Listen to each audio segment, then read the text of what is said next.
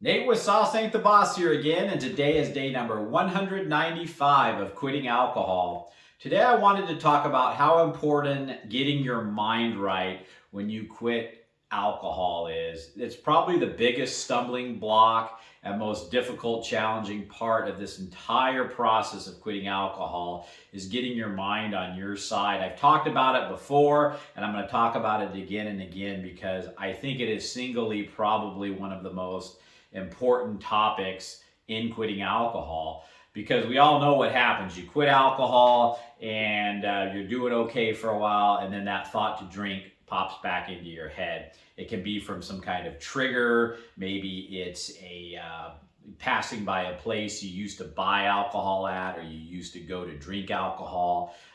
It can be something emotional or stressful that happens in our life. Whatever the trigger may be, eventually you're going to be faced with a thought popping in your head that says, I want to drink.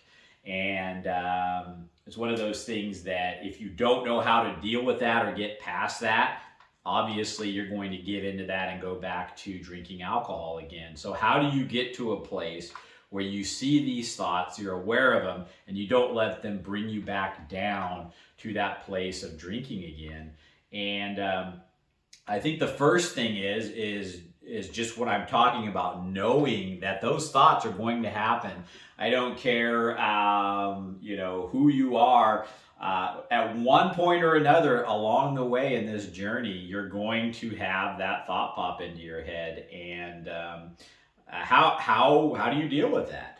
And basically, it's one of those things where I've talked about having different tools in your tool bag to deal with these thoughts of drinking alcohol. One of the things would be to avoid situations that are going to make you want to drink or have those thoughts of drinking, especially in the beginning stages of quitting alcohol. Once you become more seasoned at it, and you get the cravings and the thoughts, and they don't really bother you, and they can't really bring you back down to that low place of wanting to go back to drinking again, then I think it's okay to introduce yourself into environments where you feel comfortable dealing with those things at that point. But I think for most of us, the first month or two or three even is going to be the most difficult time, where we're the freshest away from alcohol, where we're going to be the most vulnerable and weak to going back to drinking again. And so when those events or places or opportunities of putting ourselves into an environment where we're going to have a craving or it's going to be a trigger for us, I think it's best for our well-being if we just avoid those things in the beginning until we feel stronger. Some of these things maybe you can't, but you can always leave early or make a game plan on what you're going to do at the event instead of drinking, that kind of thing. Yeah, that would be probably one of the number one things in the very beginning, would just be avoid those trigger temptation type environments altogether when you can. But that's not to say I had even just the littlest things at work or family life can set you off to make you have a thought of wanting to drink. You get into a tiff with your significant other or whatever, and you kind of get down and out and you want to go to the drink, or you have a bad situation at work that stresses you out and you have those thoughts of drinking.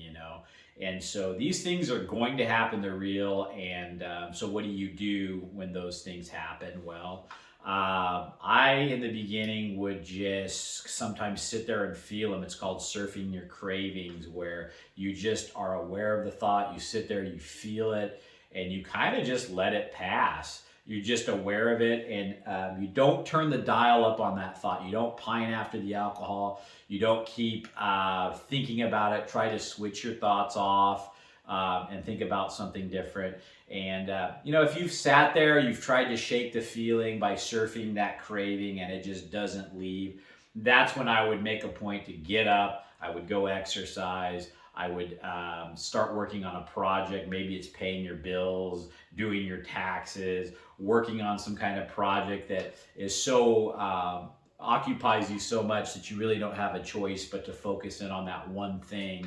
And so you're no longer thinking about the alcohol anymore. That can be a big help. So yeah, get up and do something, get your mind off of it. that kind of thing. But I think, like I said, being prepared that these are going to happen and knowing what you're going to do and how you're going to deal with them is going to really help you in this journey, because so many times in my past, those thoughts would catch me off guard, and I didn't really have any tools in my bag on how to deal with these cravings or thoughts about going back to drinking. And I would just sit there and think about it and think about it. And then you start to justify in your mind why you deserve to drink again. And oh, it's not that bad. My health's gotten a little better in the month I've been off alcohol. I can probably have one now and it won't become a problem again like it used to. Your mind really starts telling yourself lies, and then you start to, because you want to drink, you start agreeing with yourself and telling yourself these lies, and it can just kind of snowball and spiral out of control rather quickly if you don't catch it and stop it right there in the instant, you know. So that would be another thing to think about, is when these thoughts do occur, immediately switching them off. Don't play on them, don't entertain them. You know, just look at it like those thoughts are coming from hell, and you don't want anything to do with them. You don't want to go there. You don't want to entertain it whatsoever, and start thinking about something else. And so, you know, because the minute you continue to start playing on those thoughts and thinking about it more and pining after the alcohol and you know, missing it and all these different things that we can allow ourselves to do, it can be game over real quick. And that's what would happen to me time and time again. I couldn't shake one of these feelings or thoughts about going back to alcohol, and it would catch me off guard, and I would finally say, screw it, drive down to the store and go buy alcohol, you know. So now when I get, you know, being 6 months in, is completely different getting a thought to drink now, or a feeling or a craving or a trigger, than it was in my first month. And I hope you guys understand that and will, you know from my experience, if you haven't gone maybe 6 months or longer, that it does get easier to deal with those cravings, to deal with those thoughts. The pull's not as strong. And I wish somebody would have told me that in my beginning stages, that, hey, after 3 months it gets easier, and then again at 6 months it gets even easier. And I'm guessing, I'm not in a year yet, but it will be even easier at that point. So because time has been the biggest healer and helpful thing to me, the longer I go without alcohol, the easier it gets, the stronger I get, the more well-equipped I am to make good decisions, to be able to turn these thoughts off, and to get in control of my mind.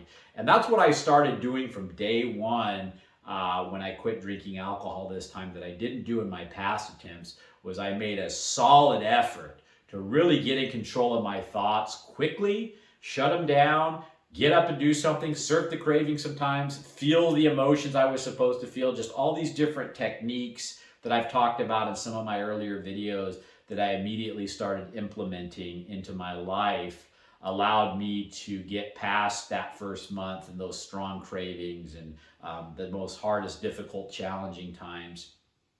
And just like I said, a week ago or something, I did a video here where I was thinking about drinking again because I was having just a funky vibe going on. There was really no reason at all. And that can be true for all of us. There could be no reason at all. You might be 6 months in, a year in, 5 years in, 5 days in, it don't really matter. But you're going to, at some point, out of the blue, maybe just have a craving to drink alcohol. It could be something as simple as mowing your grass, and you used to drink a beer out on the deck after you got done mowing your grass, and the smell of the grass triggers the thought of the beer, and blah, blah, blah, blah. Next thing you know, you can either shut that down or keep dwelling on it and then want to drink beer again, So there's a lot of different things that are going to happen out of the blue that make you feel like you want to drink again.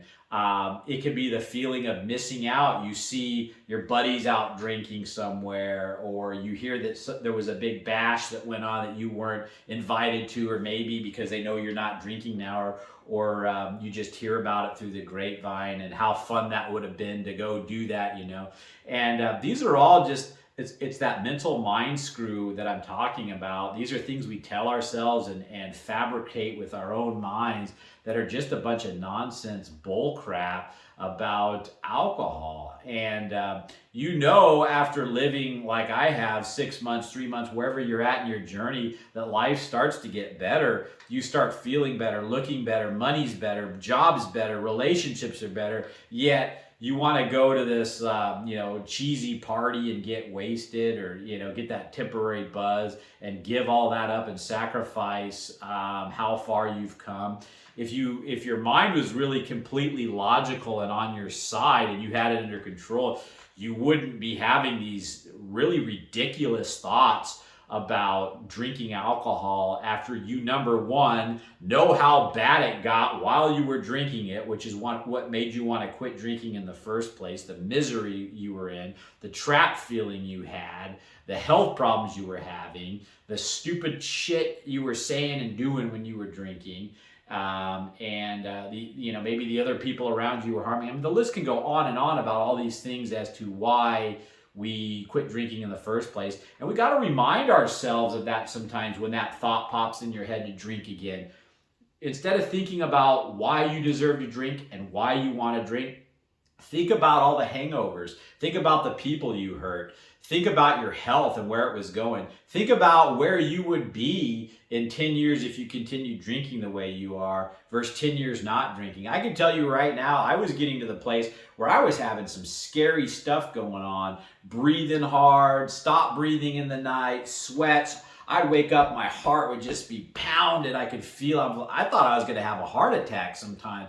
I did one video where I talked about I was hiking in a cave one time and I was experiencing a horrible hangover. My heart rhythm wasn't right. I was sweating. I mean, I thought I was going to die in this cave, And anyway, think about those things in those times when you get these urges to drink. Don't think about, the good little time you had over here or there, which was just some inebriated, drunken stupor. Think about all the damage that your drinking caused. And that can help out a lot too when these cravings and thoughts pop into your head. Switch it into all the good things that are in your life now that you quit drinking. Because if you think about this really logically and you take all your emotion out of it, drinking is bad for you. It costs money. It damages your relationships. It damages your health. There is just no logical good reason to drink. And there is every good logical reason to not drink. So this is what I'm talking about. Your mind just plays these tricks and games on you if you let it. And again, over and over I say this, you can't control what's going to pop into your head, but you can immediately control how you react to it, how you shut it down, switching your thoughts. There's so many things I know now about how I can control my mind that I didn't 6 months ago. And I'm here to tell you guys, start working on this. This is the biggest obstacle in this journey. And if you can overcome these cravings and these triggers and these stupid thoughts and learning to get into control of your mind and your life again, it gets easy quick. But if you sit there and you want to sit in your chair and think about the good times of alcohol, you want to pine after it, you want to dwell on all that stuff, you're not going to make it. Because I've been there. I'm just saying from my own experience, the minute I started going down that road, it would be so hard, to pull out of that nosedive of heading back towards alcohol. The longer you keep nosediving in those thoughts, pull yourself out sooner and you'll have no problem. So get the wheels turning on that, guys. Start thinking some positive things. Don't let your mind drift to this nasty stuff and bring you back to the alcohol. So that's the topic for today. If you guys are enjoying these videos, please give them a like, subscribe to the channel if you can, and most importantly, remember, sauce ain't the boss. You are. You guys have a great day.